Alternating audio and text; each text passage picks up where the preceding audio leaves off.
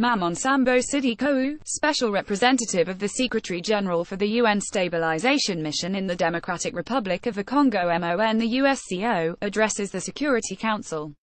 UN PhotoCia Pak, the 11th of October 2017. The notion that elections would most probably not be held before the end of 2017 has regrettably led to the re-emergence of a climate of political uncertainty and tensions in the Democratic Republic of the Congo DRC, a United Nations envoy for that country told the Security Council today.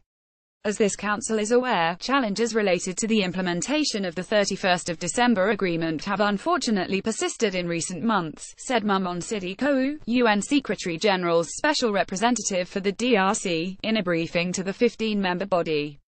He explained that the broad consensus achieved among key political actors with the signing of the 31st of December 2016 agreement has not been maintained consistently throughout the year, specifically as this relates to a transitional oversight mechanism, implementation of confidence-building measures, and the electoral timelines. The agreement envisioned the holding of elections by the end of 2017. He reported that as of mid-September, the Independent National Electoral Commission (CENI) had registered over 41 million voters, with women representing 48% of them. In early September, voter registration commenced in the Kasai and Kasai Central provinces, the last remaining provinces to undergo this process. However, uncertainty persists regarding the registration of members of the diaspora, the mode of voting and the timeline for the adoption of critical legislative enactments. And regrettably, the financial resources required to ensure sustained progress towards the holding of elections are not yet forthcoming.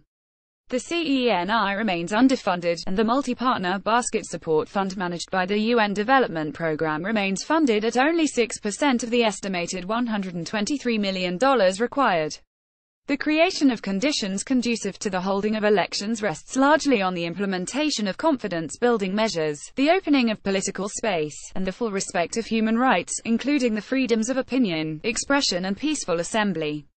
The UN is concerned that journalists, political opponents and civil society activists remain subject to intimidation, harassment and violence, mostly in connection with their activities and expression of their opinions in relation to the political process.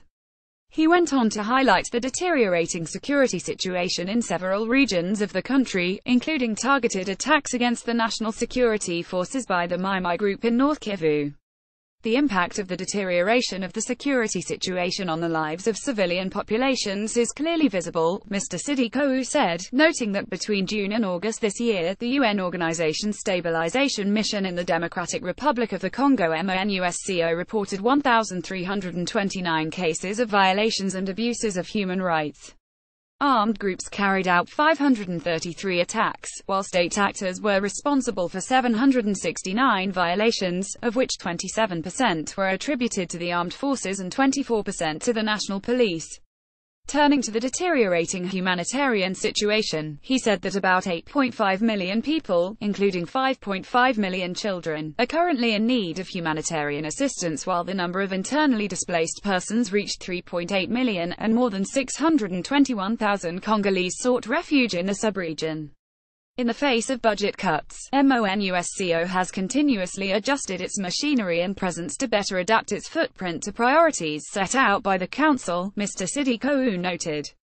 The mission will soon complete the repatriation of 1,687 military personnel, and is also in the process of introducing a new strategy, particularly in areas affected by the closure of MONUSCO bases, that provides the mission with a flexibility in fulfilling its mandate to protect civilians. News Tracker past stories on this issue.